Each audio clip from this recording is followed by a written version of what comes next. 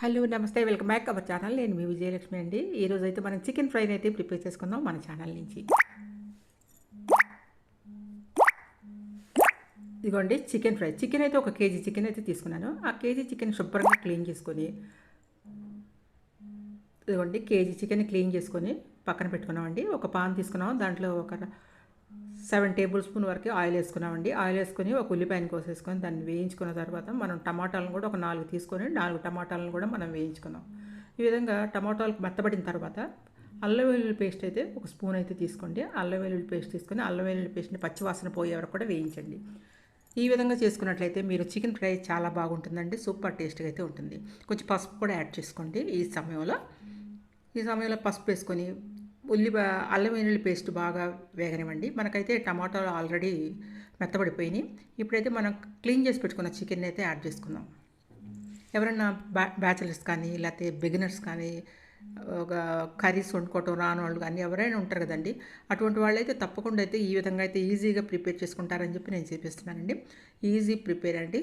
ఎవరైనా బ్యాచిలర్స్ ఉంటే మాత్రం తప్పకుండా ఈ విధంగా ప్రిపేర్ చేసుకుంటే సూపర్ టేస్ట్గా అయితే ఉంటుంది చికెన్ ఫ్రై.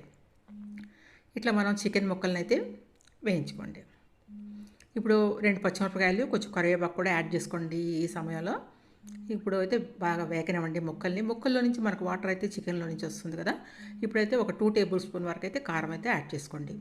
మనం ఉల్లిపాయలు వేగేటప్పుడు సాల్ట్ కూడా వేసామండి. ఇప్పుడు ఒక అర స్పూను ధనియాల పౌడర్ వేసాము. మనకు ఉల్లిపాయలు వేగేటప్పుడు మనం ఒక స్పూన్ సాల్ట్ వేసుకున్నామండి. చూసుకొని ఇప్పుడు మనకు ఎంత కావాలి అనేది వేసుకుందామండి. రెండు స్పూన్లు అయితే మాత్రం మనం టేబుల్ స్పూన్లు అయితే కారం అయితే యాడ్ చేసుకున్నాము. అట్లా 5 నిమిషాలు మగ్గనివ్వండి బాగా. ఉప్పు కారం మసాలా మొత్తం కూడా బాగా పడుతుంది. దాంట్లో నుంచి వాటర్ వస్తుంది. వాటర్ కూడా ఆ వాటర్తోనే ఉడుకుతుందండి. ఇప్పుడు ఆ వాటర్ అంతా ఎవాపరేట్ అయిపోయిన తర్వాత ఇక కొంచెం మనం గరం మసాలా పౌడర్ అయితే ఒక అర స్పూన్ వరకు యాడ్ చేసుకుందాం. కొత్తిమీర కూడా ఒక 2 గుప్పిళ్ళ వరకు అయితే యాడ్ చేసుకుందాం అండి.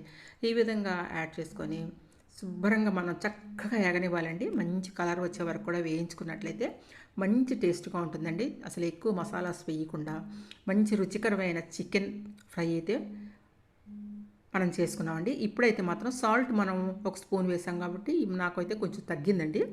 కొంచెం చప్పగా ఉన్నట్టుగా ఉంది. అందుకని నేనైతే కొంచెం సాల్ట్ యాడ్ చేశాను. సాల్ట్ అనేది మీ ఇష్టం. చూసారు కదా, సూపర్ టేస్ట్గా ఉంటే చికెన్ ఫ్రై అయితే రెడీ అయిపోయిందండి. చాలా బాగుంటుందండి.